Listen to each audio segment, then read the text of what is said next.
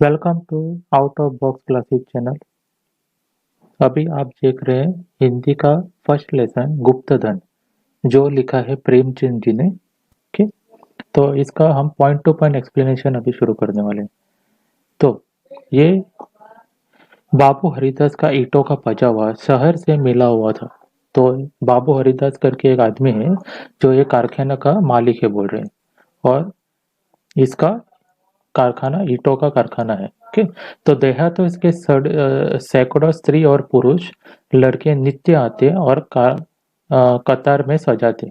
तो उनका काम क्या रहता था? ईंटों को सजाना उनका काम रहता था। और यहाँ पर देहातों से पुरुष, स्त्री, लड़के ये सब आते थे काम के लिए। ओके, तो एक आदमी पजावे के पास मजदूरों को ईंटों की संख्या से हिसाब से पैसे देता। तो एक कैशियर बोल सकते हैं हम, नहीं तो उसको मुंशी बोलते हैं हिंदी में। तो एक मुंशी बैठा था जो उनको हिसाब से पैसे देता था। कितने उसने ईंटा उठाए उतना उसको पैसा मिलता था, जितना कर काम करेगा उतना उसको पैसा मिलेगा, दिन के हिसाब से उनको पगार मिलता था। तो वृद्ध और बालकों को ईंटों के बोझे से अकड़े हुए देखना बहुत ही करुणाजनक दृश्य था। तो वो बोल रहा है कि बाबू हरिदास जब उनको देखता था तब उसको बहुत दया आती थी कि उनकी कि कितना मेहनत करते हैं। खासकर जो बूढ़े रहते थे उनसे मेहनत करवा के लेते थे, और जो छोटे बच्चे थे वो भी छोटे होने के बावजूद अपने से भी ज्यादा मेहनत करने की कोशिश करते। तो उनको देखकर बहुत ही दया आती थी बोलते हैं। तो सबसे करुणा दृश्य एक छोटे से लड़के के मगन सिंह की थी। तो ये एक मगन सिंह करके लड़का था, उसकी बहुत ही दया आती थी। क्यों आती थी देखेंगे।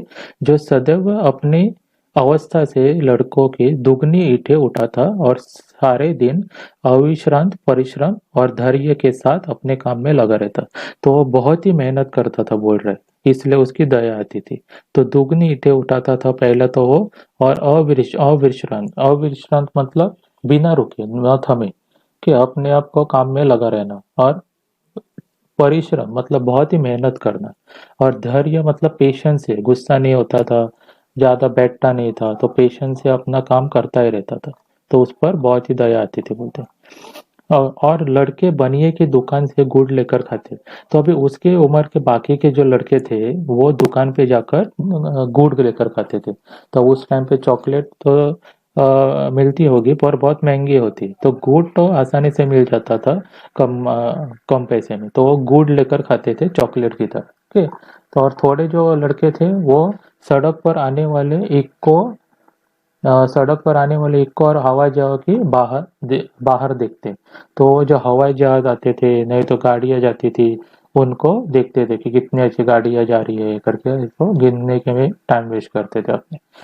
तो थोड़े जो और लड़के थे वो क्या करते थे देखेंगे। और कोई व्यक्ति के संग्राम में अपने जीवा के बाहु के जौहर दिखाता। तो कोई अपनी ताकत दिखाता एक दूसरे को।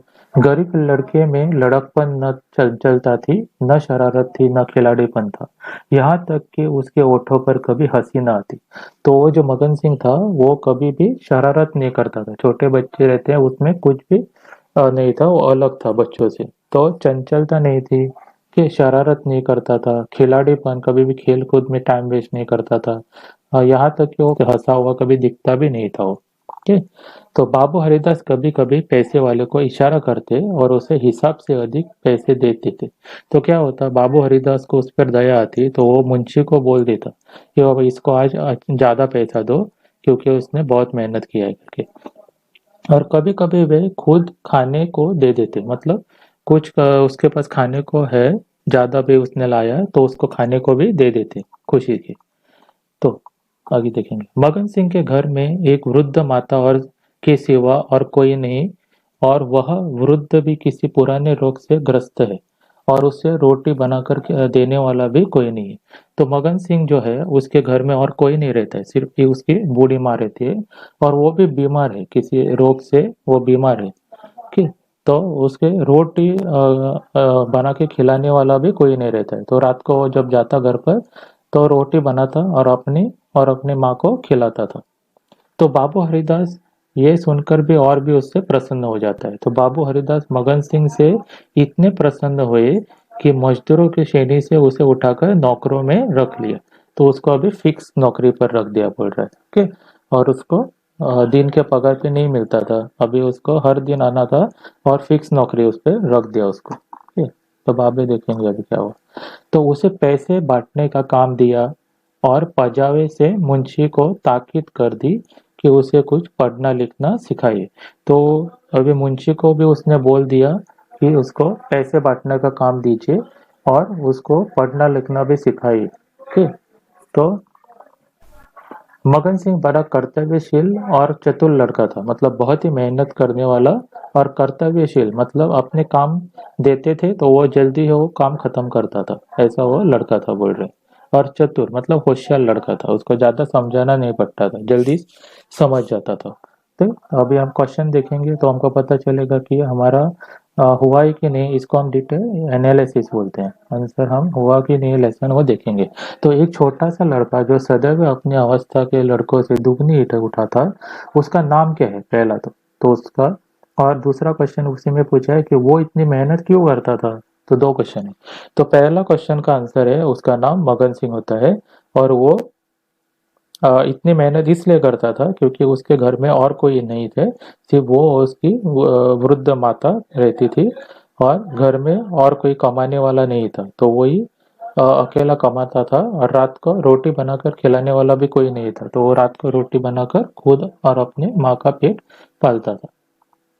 तो मगन सिंह बाकी बच्चों से अलग कैसा था, तो बाकी बच्चों की अलग कैसा था, उससे क्या क्या अलगपन था। तो बाकी बच्चों की तरह उसके खिलावड़ीपन नहीं था, चंचलता नहीं थी, उसके होठों पे कभी हंसी नहीं दिखती थी।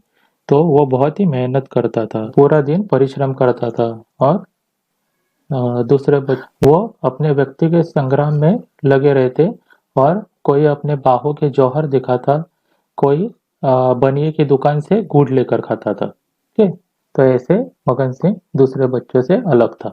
तो मगन सिंह के घर की हालत कैसी थी, मगन सिंह के घर में कैसे कैसे रहता था और कैसे उसकी दिनचर्या चलती थी, ऐसे पूछ रहे हैं। ठीक है, तो मगन सिंह के घर की हालत बहुत ही दुखद थी। उसके घर में सिर्फ उसकी माता और वो रहता था, और उसको रोटी बना के खिलाने वाला भी कोई नहीं रहता। और उसको बड़ी मेहनत करके अपने और अपने माता का पेट पालना पड़ता था। ठीक है, तो ऐसी उसकी हालत थी। तो मगन सिंह बाद में क्या हुआ देखेंगे। मगन सिंह 3 दिन तक गैर हाजिर था। वो भी मगन सिंह हर दिन आने वाला, जो मेहनत करने वाला, कभी भी अपने काम से चोरी नहीं करता था। तो वो 3 दिन से अभी एब्सेंट था, वो नहीं आया 3 दिन तक। तो अभी चिंता हो गई किसको, बाबू हरिदास को। तो बाबू हरिदास को चिंता हुई, क्या बात है, कहीं बीमार तो नहीं हो गया, कोई दुर्घटना तो नहीं हो गई। तो ऐसा वो सोचने लगता है कि बाबा इसके साथ कुछ बुरा तो नहीं हुआ, ये 3 दिन से नहीं आया वो।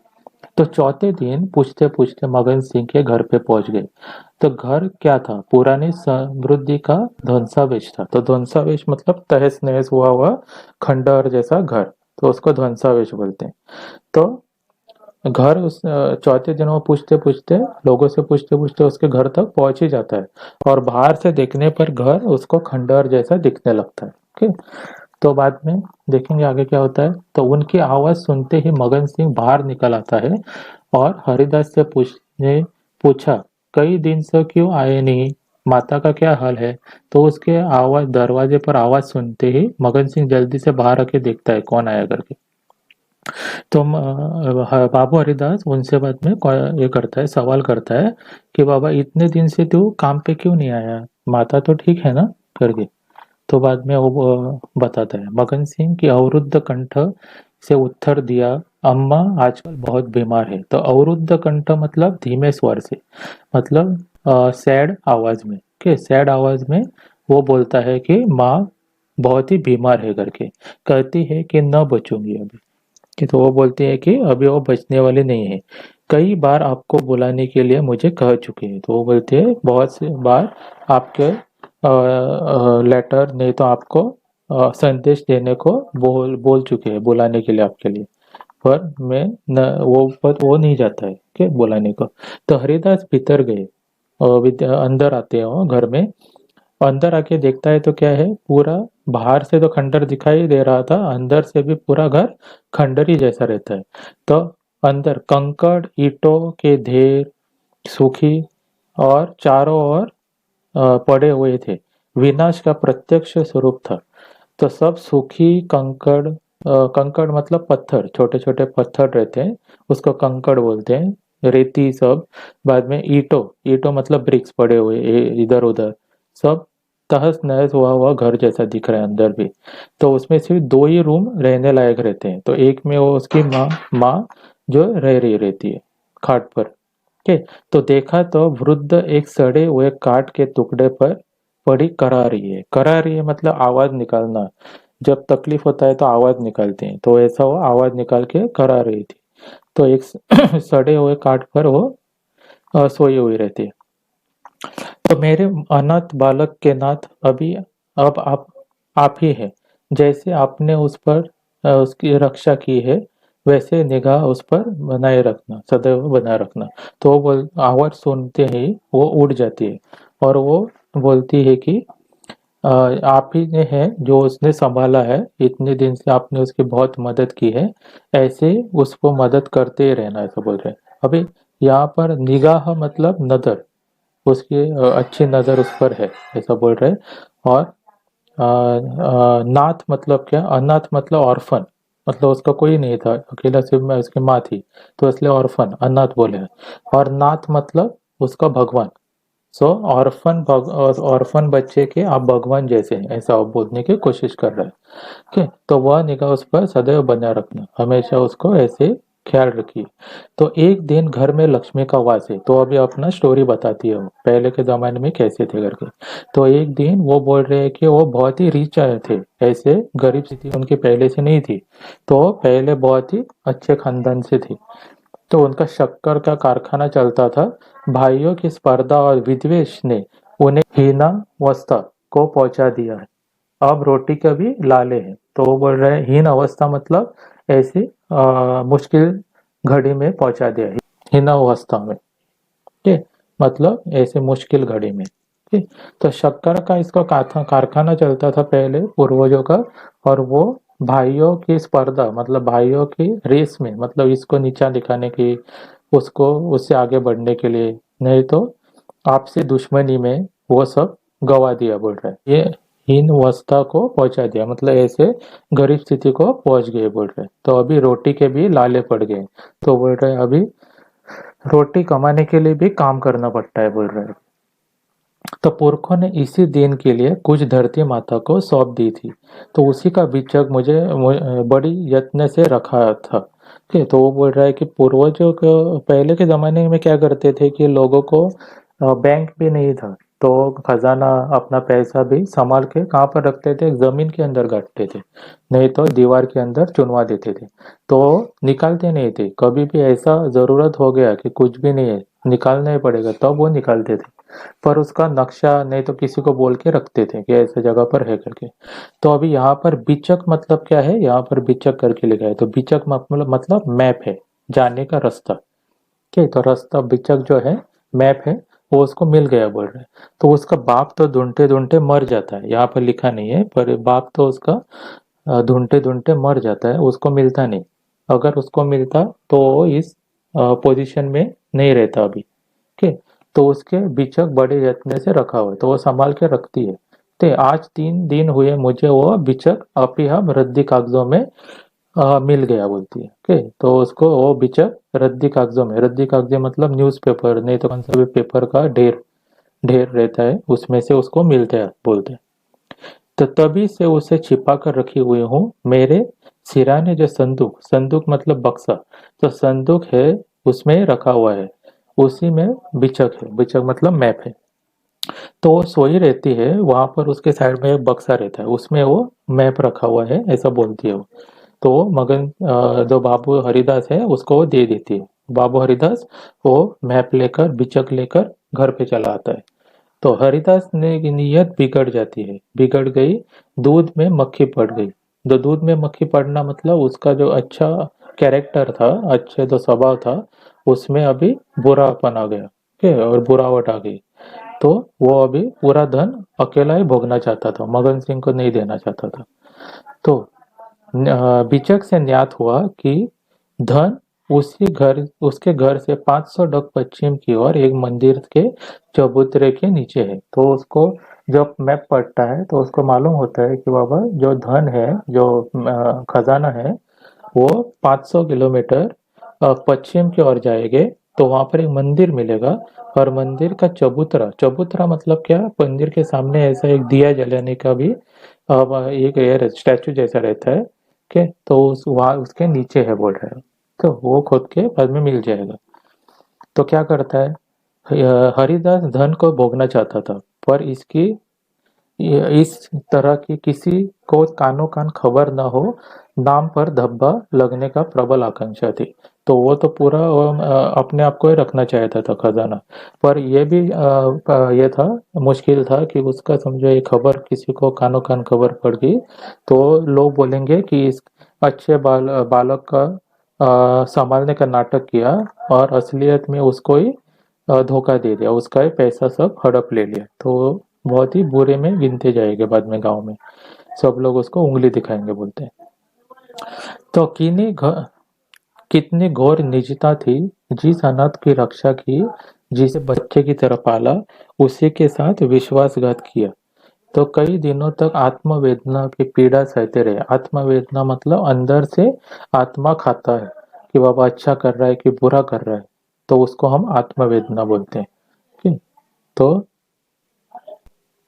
अनाथ, अनाथ की रक्षा की मतलब अनाथ बोला मैंने ऑलरेडी, जो ऑर्फन रहते हैं उसको संभाला, पर अभी उसके साथ विश्वास किया, ऐसे लोग सब बोलेंगे समझो पता चल गया तो। ओके, तो बाद में देखेंगे क्या होता है। अंत में कृतकों ने विवेक को परास्त कर दिया। अभी कृतकों मतलब क्या, बुरे विचारों ने, बुरे विचार जो थे, मतलब खजाना अभी मैं लूंगा, ये उस पर हावी हो गया, कुछ भी हो, तो उसको कृत्य को बोलते हैं। तो बुरे विचार ने उसको परास्त कर दिया, परास्त मतलब हरा दिया। ठीक है, तो जाने का कि नहीं वो सोच रहा था, तो बुरे विचार ने उसको हरा दिया और वो भी खजाना भोगने के लिए चला जाता। तो क्या कोई ऐसा प्राणी भी है जो जीवन में कभी भी एक बार भी विचलित ना हुआ हो? तो वो अपने आप को पूछता है कि बाबा ऐसा कोई इंसान है जो कभी भी खजाना देखकर नहीं तो कुछ देखकर उसका धर्म चेंज नहीं हुआ, नहीं तो वो बुरा व्यक्ति नहीं हुआ होगा? तो यदि है तो वह मनुष्य नहीं देवता है। तो वो बोलता है ऐसा कोई इंसान है समझो, तो वो मनुष्य नहीं होगा, वो देवता ही होगा। तो देवता ही ऐसे ठुकरा सकता है, बोलता है। तो मैं मनुष्य हूँ, तो बोलता है कि मैं मनुष्य हूँ, मुझे देवताओं की पंक्ति में बैठने का दावा नहीं करना। तो मुझे लोगों ने भगवान है ऐसा वो भगवान की तरह है, ऐसे पंक्ति में मुझे बैठना नहीं है बोल रहे हैं। मुझे अच्छा कहने की जरूरत नहीं है, तो मैं वो खजाना भोग के ही रहूंगा बोलता है, लेकर ही रहूंगा। तो क्या होता है देखिए, तो जब चारों ओर सन्नाटा छा जाता और हरिदास मंदिर के चबूतरे पर एक कुदली लेकर उसे खोदते। चबूतरा लंबा चौड़ा था। तो क्या होता, और जब सब सो जाते, ठीक है, सन्नाटा छा जाता, चारों ओर सन्नाटा मतलब खामोशी, कोई भी नहीं, कोई भी इंसान दिखता नहीं था। तो वो रात को चला जाता मंदिर के पास और खोदने लगता था। कुदली मतलब क्या, एक टूल है जिससे जमीन खोदने में आसानी होता है, तो कुदली बोलते हैं उसको, दोनों तरफ से उसको धार रहता है। तो वो कुदली लेकर जाता और चबूतरा भी बहुत लंबा चौड़ा था, मतलब बहुत ही खोदना था उसको, बहुत काम करना था। ठीक है? तो इन दिनों उसकी दशा उस पुरुष से हो गई थी जो कोई मंत्र जाग रहा हो, चिंता पर चंचलता छाई रहती। तो वो बोलता है कि अभी उसके दिमाग में सिर्फ वो कितनी जल्दी मिलेगा और कब वो भोगेगा, वो हाथ से पकड़ेगा, इसका उसे बहुत ये रहता था, चंचलता रहती थी अभी। ओके, तो वो उसे जल्दी से जल्दी निकालना चाहता था। ओके, तो वो मंत्र जाग रहा था। तो मंत्र मतलब एक ही फिर से बड़बड़ाना। तो अभी यहाँ पर क्या बड़बड़ा रहा होगा वो, कि अभी मुझे खजाना मिलेगा, अभी मुझे खजाना मिलेगा, थोड़ा ही खोदना पड़ेगा, ऐसा वो फिर से बोलता होगा। ओके, तो ये उसका मंत्र जाग रहा हो, ऐसा वो बोल रहा है। ओके, तो आंखों की ज्योति तीव्र हो गई। आंखों की ज्योति तीव्र होना मतलब नजरें टिकाए रहना कि बाबा अभी खोदेगा और अभी मिल जाएगा मेरे को।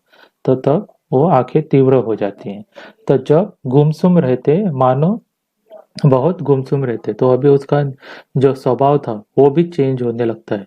पहले तो वो सबसे अच्छा तरह से बात करता था, पर अभी वो गुमसुम, ज्यादा बात भी नहीं करता था, मानो ध्यान में हो, किसी से बातचीत न करते, तो कोई आया तो भी वो झट से वहां से उठ के चला जाता। तो कोई उसे छेड़कर भी बात करता तो जुलजुला पट्टे, मतलब उधर से चले जाते। तो वि विशालशील पुरुष थे, आत्मा बार-बार इस कटुल व्यवहार से भागती, निश्चय करती कि अब चबूतरे की ओर न जाऊँगा। तो फिर से अपने आप को बोलते कि बाबा, मैं आज के बाद वहाँ पर नहीं जाऊँगा करके। सुबह वो निश्चय करते, पर शाम होते-होते वो फिर से चले जाते वहाँ पर।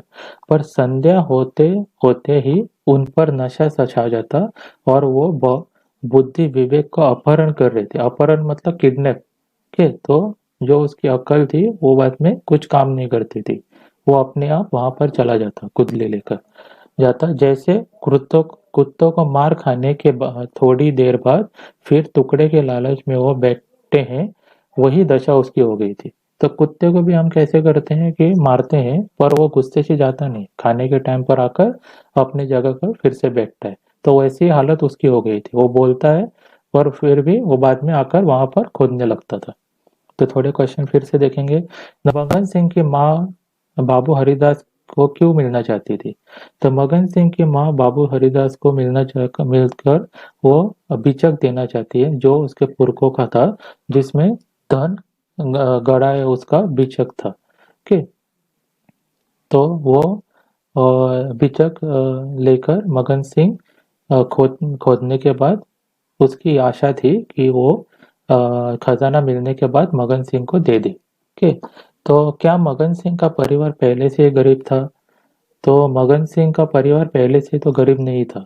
उनका शक्कर का कारखाना था और वो अच्छे लक्ष्मी का उनके घर में वास था और लेन देन भी होता था। ओके, और पैसे की कभी कमी नहीं होती थी पहले।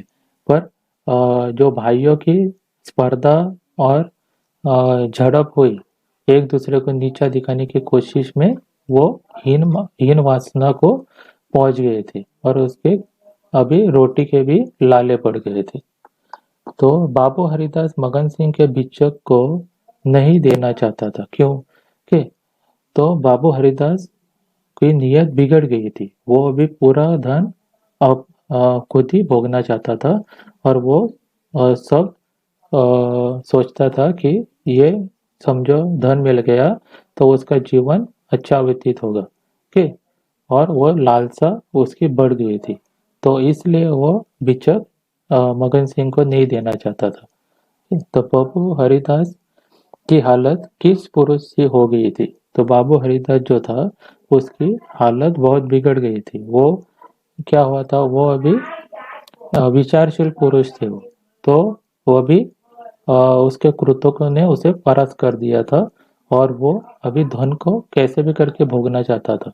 ओके, वो तो जब वो खोदने को लगता तो वो उसके मंत्र जागता हर दिन कि कब उसको खजाना मिल जाएगा, और उसकी आंखें भी तीव्र होकर देखती थी कि कब निकलेगा और वो उसको देखेगा। ओके, तो आगे देखेंगे। तो अमावस्या की रात थी, पत्थर का तहखाना निकल आया, तो समझ जाऊंगा कि धन अवश्य होगा।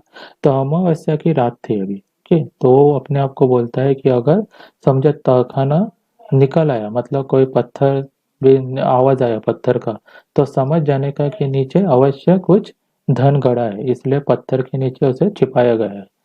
पर तहखाना न मिले तो मालूम होगा तहखाना न मिले तो मालूम होगा जाएगा कि सब धोखा ही धोखा, भ्रम दूर हो गया। तो वो क्या बोलता है कि अगर चट्टान नहीं मिली और तो क्या होगा, तो सब धोखा ही धोखा, मतलब उसकी अम्मा ने उसको ऐसे बोल दिया होगा, तो ऐसा हो जाएगा, पूरी मेहनत उसकी बेकार होती। पर भ्रम दूर हो जाता है, चट्टान से चट्टान ही थी, उसका आवाज आने लगता है, खट खट की आवाज आने लगता है, तो वो समझ जाता है कि चट्टान है। ठीक है, और चट्टान के नीचे तो सोना ही रहता है, इसको पक्का मालूम रहता है। ओके, तो बाद में तहखाना मिल गया, लेकिन हरिदास खुशी से उछले कूदे नहीं। तो वो बोलता है कि तहखाना तो उसको मिल गया, उसको मालूम पड़ गया कि तहखाना है करके। तो वो पर खुशी से आवाज से जोर जोर से चिल्लाए भी कुछ नहीं, चुपचाप रहे। क्यों चुपचाप रहे? क्योंकि लोगों को पता चलता था और फिर से उसको सब उंगली दिखाते थे और उसका भला बुरा कहते थे। उसकी जो समाज में एक सम्मान था, वो सम्मान भी सब चला जाता। तो आज जब वो लौटे तो सिर में दर्द था कि समझे थकान है, लेकिन यह थकान थी नींद से न गई। तो आज जब वो घर पहुंचे तो वो थोड़े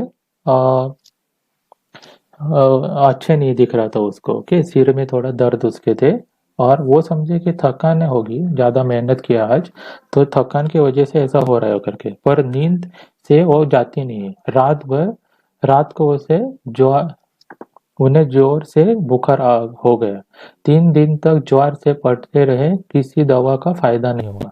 तो अभी देखा कि रात को ही उसका बहुत बुखार आता है और वो 3 दिन तक उसका ज्वर मतलब फीवर, ज्वर को फीवर बोलते हैं। ठीक, तो फीवर नहीं जाता है और वैसे वो दवा का भी कुछ फायदा नहीं होता है उसको। तो अभी वो सोचने लगते हैं। तो रुग्ण में हरिदास के बारे में भ्रम होता था। रुग्ण अवस्था मतलब जब वो बीमार थे, बीमारी की अवस्था में, बीमारी के पोजीशन में, ठीक है। तो जब बीमार थे तब वो सोचते बार बार, उसको भ्रम मतलब सपना आता कि कहीं यह मेरे तृष्णा, तृष्णा मतलब बुरे काम करना, बुरे काम। तो तृष्णा मतलब बुरे काम किया, तो दंड नहीं है, तो मेरे बुरे काम किया उसका दंड तो नहीं मिल रहा है मुझे। तो ऐसा वो सोचता था। तो जी में आता कि मगन सिंह को बिचक दे दूं, तो फिर से सोचता कि ये जो मैप जो मिला है मेरे को, वो मैं दे दूंगा करके मगन सिंह को। पर फिर से लोगों को ख्याल आता कि बाबा लोग मुझको उंगलियां दिखाएंगे करके। तो भांडा फोड़, क्षमा की याचना करो। पर भांडाफोड़ होने का भय मुंह बंद कर देता। तो भांडाफोड़ होगा, इस वजह से वो चुप बैठता है और अंत में वो मर जाते हैं वैसे, बिना बताए। तो बाद में क्या होता है, हरिदास की मृत्यु के पीछे यह बीचक उसके सुपुत्र प्रभुदास के हाथ लगा। बीचक मगन सिंह के पुरखों का लिखा हुआ है, ये लेश मात्र संदेह नहीं था।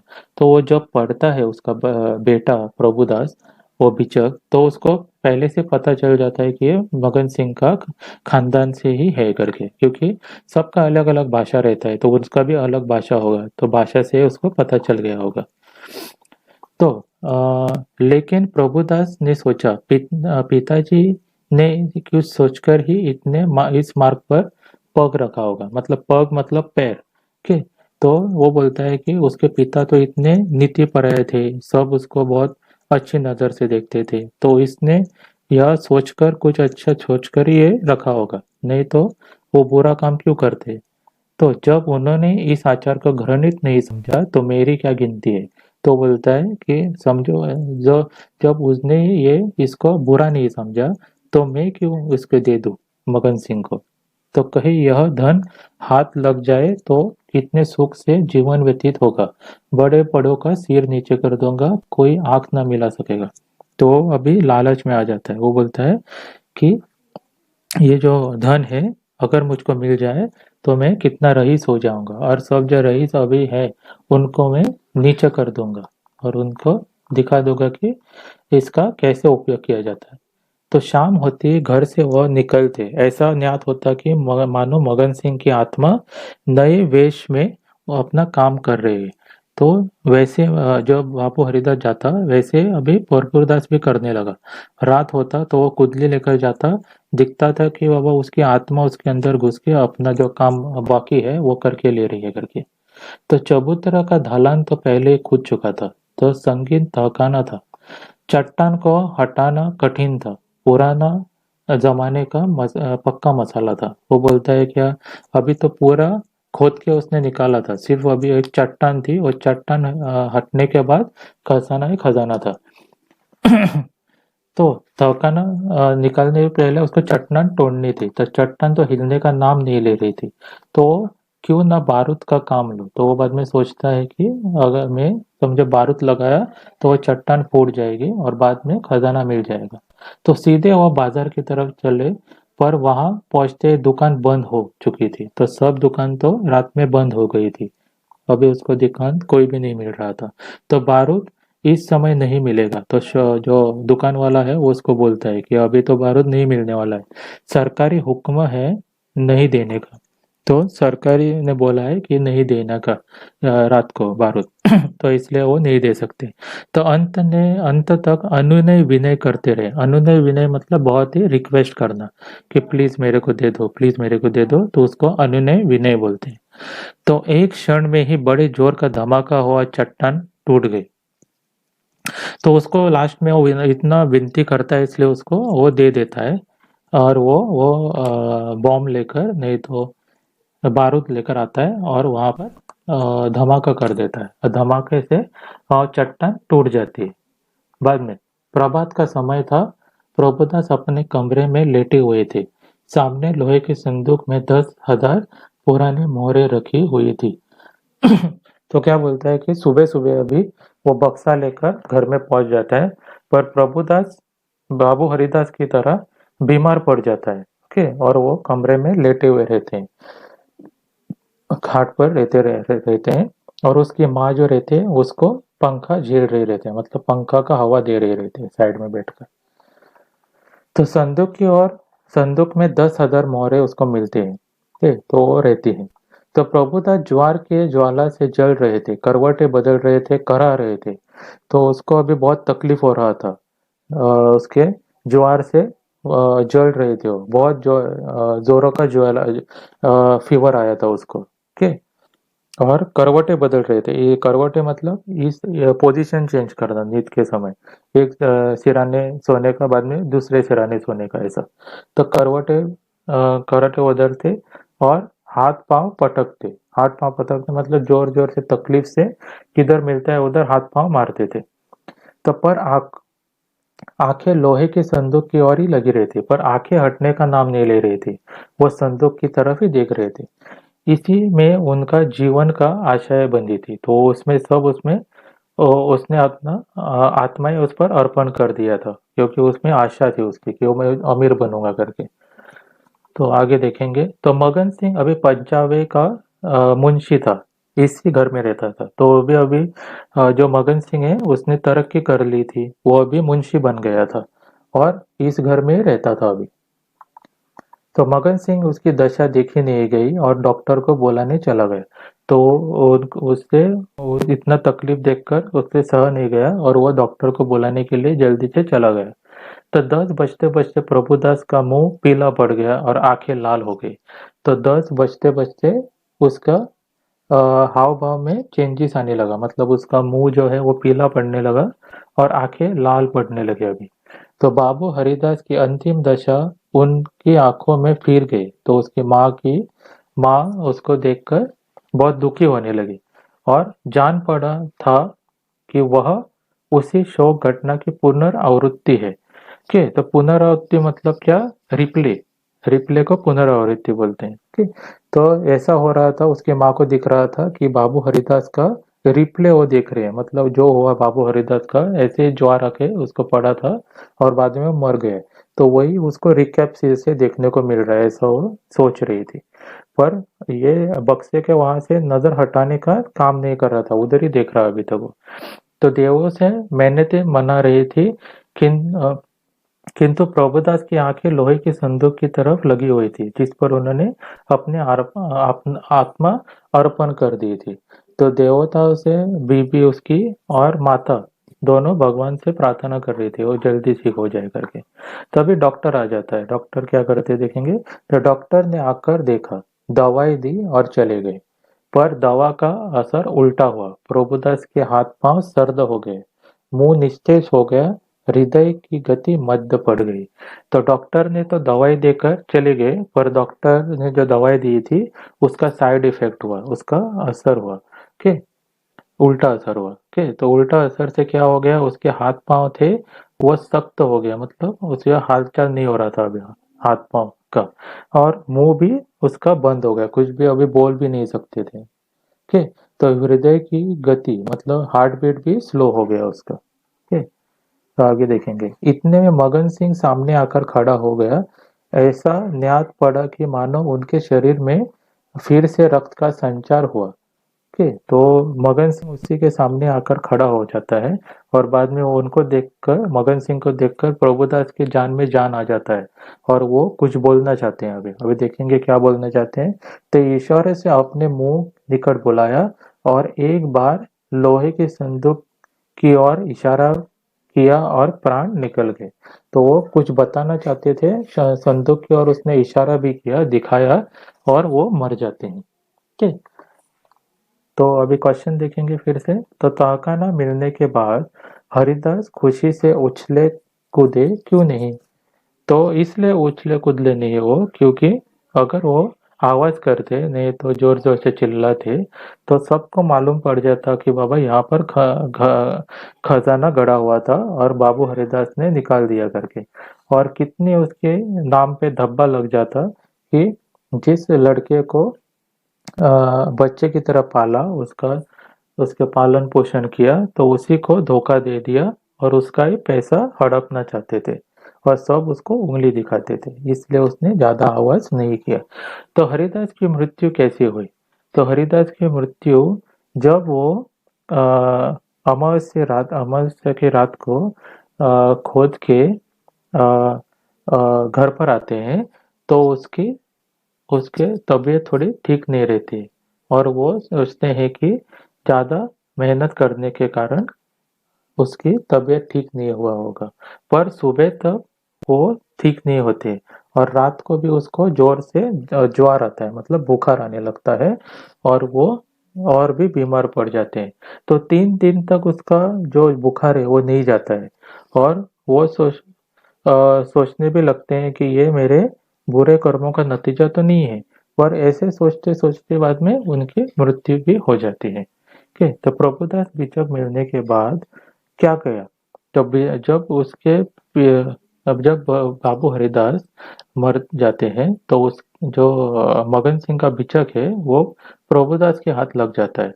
तो प्रभुदास सोचने लगता है कि उसके पिता तो इतने नीति परायण और इतने सत्यवादी पुरुष थे, तो उसने बिचक रखने का इतना बुरा नहीं समझा, तो मेरी क्या गिनती है? ठीक, तो वो खजाने को अभी भोगना चाहता था। ठीक, तो इसलिए वो रात को बाद में कूदे लेकर जाते, जैसे मान पड़ता था कि बाबू हरिदास अपना काम जो बचा है वो करके ले रहे हैं। ठीक, तो प्रभुदास की मृत्यु कैसी होती है? तो प्रभुदास जब खजाना निकलने के लिए चबूतरे के पास पहुंचते हैं, तो चबूतरे बहुत ऑलरेडी पहले ही खुदा रहता है और सिर्फ उस पर चट्टान रहती है। तो चट्टान फोड़ने के लिए वो बारूद लगाता है और बारूद से वो चट्टान फोड़ देता है।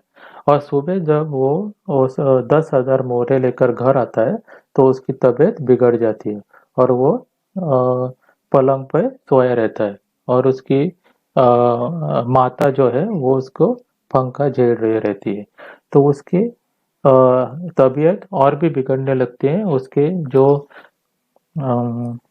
मुंह है वो पीला पड़ने लगता है, उसकी जो आंखें हैं वो लाल होने लगती है। बाद में जब डॉक्टर को बुलाया जाता है, तो डॉक्टर दवाई देकर चला जाता है, पर दवाई का भी असर उस पर उल्टा होने लगता है। तो उल्टा होने से उसके अ, हाथ पांव सर्द हो जाते हैं और मुंह भी निस्तेज हो जाता है, मतलब मुंह काम करना भी बंद कर देता है, सिर्फ उसकी आंखें खुली रहती हैं। तो ऐसे वो ज़्यादा तकलीफ के मारे मर जाते हैं।